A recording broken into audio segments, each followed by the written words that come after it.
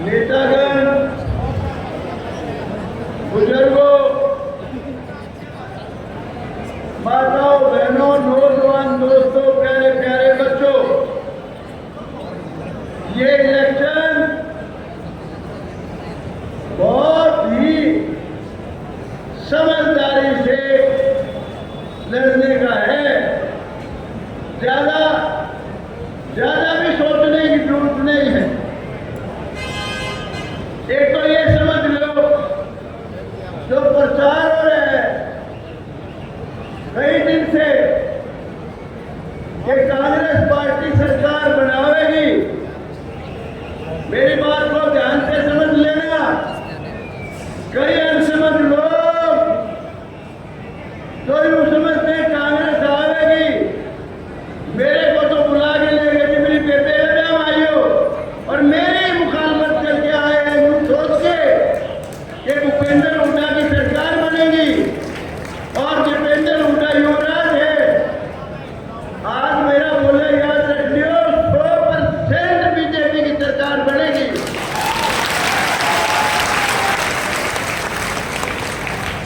नायब सैनी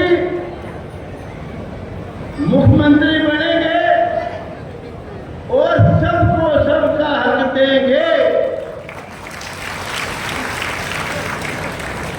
आप समझने की कोशिश कीजिए कि भारत समझने का है।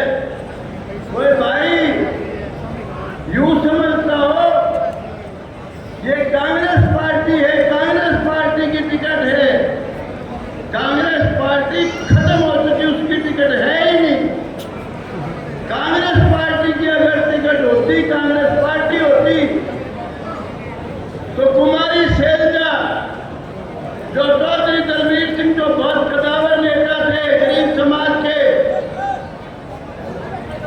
सेंटर में वजीर है, पंजाब में वजीर है, बहुत ही हाईली क्वालिफाइड थे, पंजाब पब्लिक सर्विस कमीशन के मेंबर है।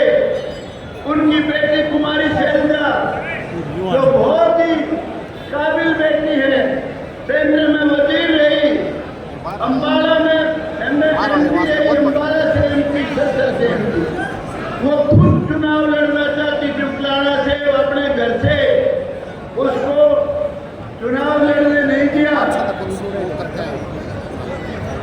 चौधरी वीरेंद्र सिंह के बेटे डॉक्टर अजय चौधरी, उनकी टिकट डिक्लेयर कर आई थी बहुत भारी भीड़ में 10,000 से फालतू लोगों के बीच में कि मेरा छोटा भाई है,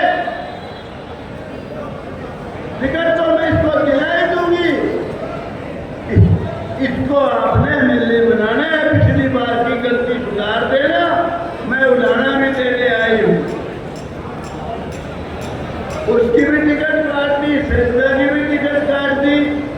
तो ये कौन सी पार्टी है भाई? ये हुड्डा पार्टी है, कांग्रेस पार्टी नहीं है। कांग्रेस पार्टी के तो लोग इंतजार करते थे कब ये इलेक्शन जाएगा और कब 36 बरादरी के गरीबों की सरकार आएगी।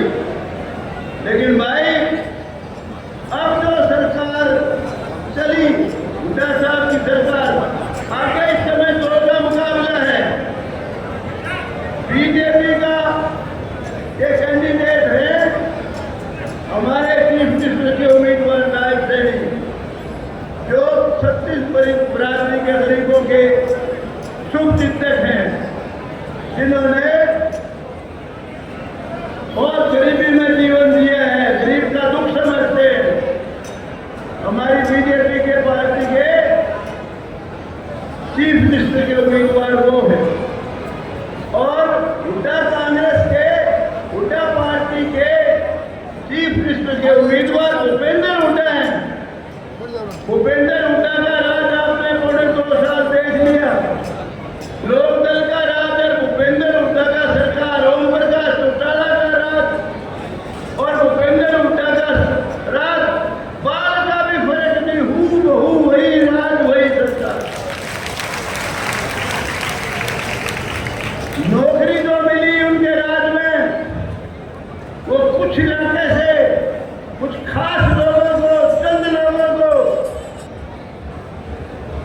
आपका जिला महरूम रहा नौकरियों से।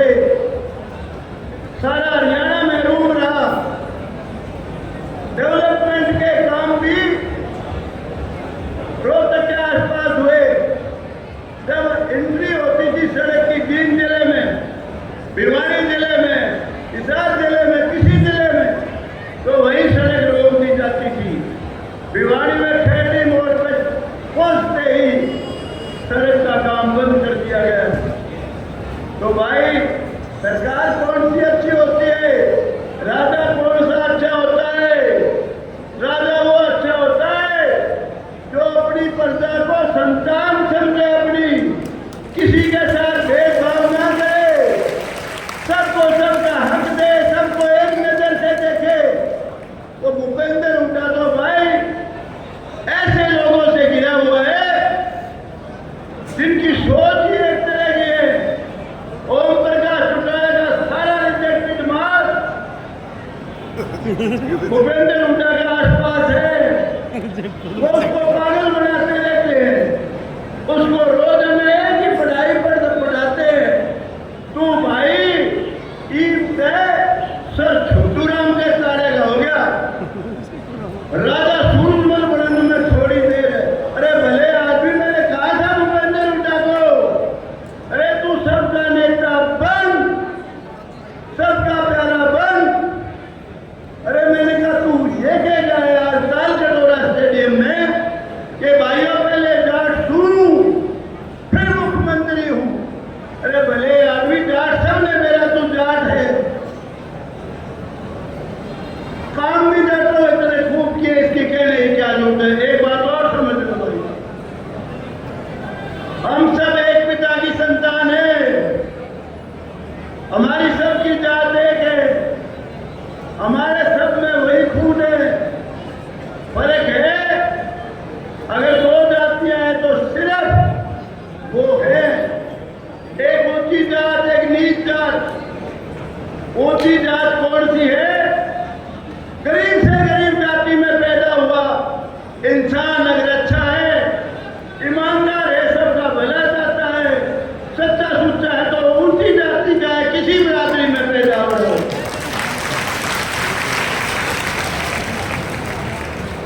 कोई प्रकांड पंडित के घर में पैदा हो रहे हैं, ऊंची जाति का कहता है, सुबह से शाम तक झूठ बोलता है, बेईमान है, सबका गला काटने की सोचता है, उसका बस गले को अपने बाप का भी चक्कू डाल बिठा देगा, अपने भाई का गला काट देगा।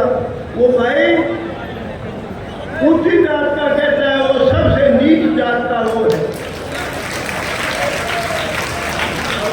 भगवान ने हमारी किसी की पहचान अलग नहीं बनाई।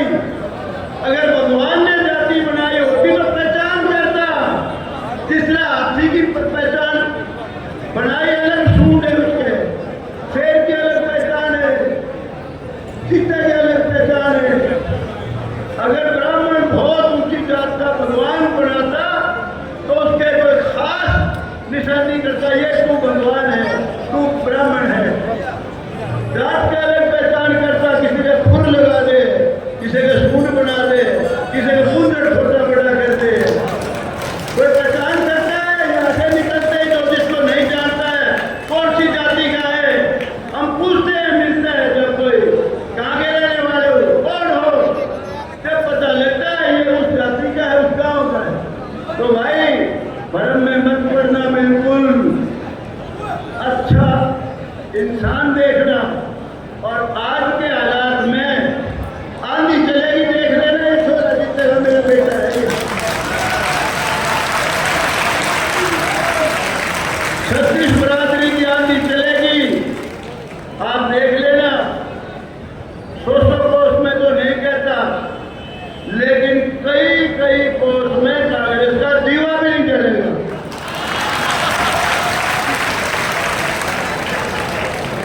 और अगर आप कैप्टन योगेश को जिताते हो, यहां सरकार बनती है बीजेपी की, नायब सैनिक मुख्यमंत्री बनते हैं, तो भाई नरेंद्र मोदी को बहुत ताकत मिलेगी। नरेंद्र मोदी को बड़ी बहुत मजबूत ऊर्जा मिलेगी। आप देखिए, नरेंद्र से मोदी से पहले प्राइम मिनिस्टर थे डॉक्टर मनमोहन सिंह। ये नहीं कि मनमोहन सिंह कोई काबिल आदमी नहीं थे, बहुत ही काबिल थे, इकोनॉमिस्ट थे, लेकिन जब वो वहां गए, अमेरिका में उनकी तलाशी ले ली, वो उनकी तलाशी नहीं ली, हमारे देश की तलाशी ली, क्योंकि हमारे देश के क्योंकि हमारे देश का रुतबा ही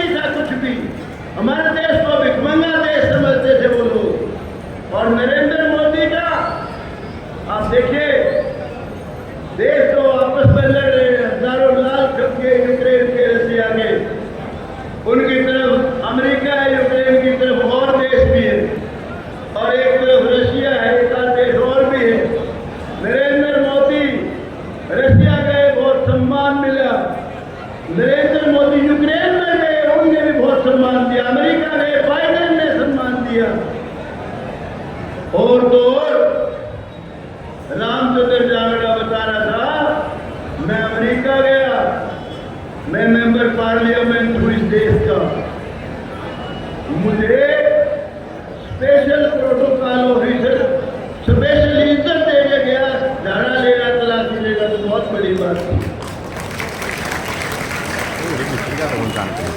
मुझे सम्मान इसलिए मिला, मैं रामचंद्र चावला नहीं हूँ, MP नहीं हूँ। मुझे सम्मान इसलिए मिला कि मैं भारत देश का नरेंद्र मोदी जी का MP हूँ। बहुत बड़ी गौरव की बात है हम सब के लिए। नरेंद्र मोदी ने जो काम किए, नरेंद्र मोदी एक फरिश्ता बन के आया इस देश में।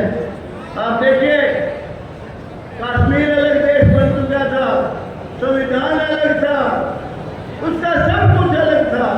हमारे सैनिक जो तैनात होते थे वहां, उनको पत्थर मारते थे, उनको हिदायत थी गोली नहीं चलानी थी, तुम लहूलुहान हो जाओ, आग फूट जाओ, सिर फूट जाओ, वो कभी भी गोली नहीं चलाते थे।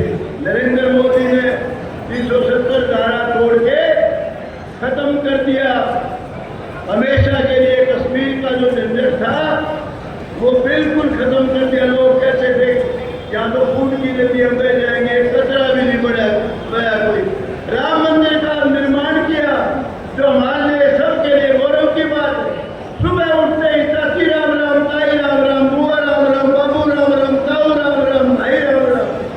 राम राम हमारा रोग में है, और राम का मंदिर अयोध्या में नहीं बनता तो क्या कोई मक्का मदीना में बनता या पाकिस्तान में। लेकिन खास ये भाई जो कांग्रेसी है, उनका बयान था सुप्रीम कोर्ट में कपिल सिब्बल का वकील का, 10 साल भी फैसला ना करो, लटकाए रखो, बनी रहने दो। वहां बाबरी की जो ढांचा है मस्जिद का पुराना, जो मंदिर तोड़ के बनाया गया था, नरेंद्र मोदी जी ने राम मंदिर बनाया। और भाई हमारी मुस्लिम बहन बेटियां सारा जीवन डर के साए में जिंदगी जीती थी। कब क्या नालायक की सूरत कह रहे तलाक तलाक तलाक। और 62 साल की एक महिला को कहा था 3 बार तलाक है, घर से बाहर निकाल दिया। सुप्रीम कोर्ट गई, सुप्रीम कोर्ट ने उसके हक में फैसला दिया, लेकिन राजीव गांधी ने वोट के लिए सुप्रीम कोर्ट का फैसला पलट दिया, कानून बना दिया। तो भाई कहाँ नरेंद्र मोदी, कहाँ राहुल गांधी, कहाँ कांग्रेस पार्टी, कहाँ BJP पार्टी। RSS के खिलाफ बहुत प्रचार होता है।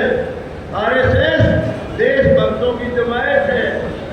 RSS के खिलाफ जो बोलते हैं समझो वो लोग इस देश के नहीं है, जो सनातन को गालियां देते हैं। एक बात मैं स्पेशल कहना चाहता हूँ हमारी बहन बेटियों के लिए, माताओं के लिए। बेबे थारी खातर तो यो देवता बन के आ गया था रखवाड़ा। पहले तुम सरपंच बना करती तो जो नालायक पति होता था दारू पिला, सरपंच बनने से पहले वो टिकने नहीं दिया करता, पीटता भी था, बुरा व्यवहार करता था। सरपंच बनने के बाद वो चमचागिरी करता था कि कहीं थोड़ा बहुत दस्तखत कर देगी तो एक आध कौवा छा देगा। अब तो नरेंद्र मोदी ने 1/3 सीट कानून बना के रिजर्व कर दी MLA MP की। तुम MLA MP बनोगी, कभी सोच नहीं सकती कि एक चाय तो रिजर्व कर दी और जो बच गई उस पर भी तुम लड़ सकती हो। तो ये उसके अलावा 2100 रुपए ये हमारी लाडली क्या है वो लाडली लक्ष्मी योजना, उसमें हर महिला को 2100 रुपए महीने मिलेंगे। भटक ना जाइयो बेटे, होश करके BJP को वोट दियो और कैप्टन योगेश को बनाइयो। और एक बात और समझ लियो, जो मेरे से प्यार करते हो, जो देश से प्यार करते हो, उनको एक बात स्पेशल कहने आया हूं। आज इस वक्त सफीदों में मेरा इलेक्शन 100% जीत का है, कोई किसी से मुकाबला नहीं है। उसमें योगदान इस मेरे बेटे का भी है, इसके परिवार का भी है। सारा बैरागी समाज मेरी मदद में लगा हुआ है। तो धोखा ना दियो इस बच्चे को, इसको कुछ भी करना पड़ो, दोस्त से इसको एमएलए बनाइयो, और इसको एमएलए बनाओगी तो बीजेपी ताकत में आएगी। एक सीट जरूरी है, और नायब श्रेणी मुख्यमंत्री बनेंगे तो सबको समझा के देंगे। जय हिंद, एक नारा लगाओ तो जय हिंद।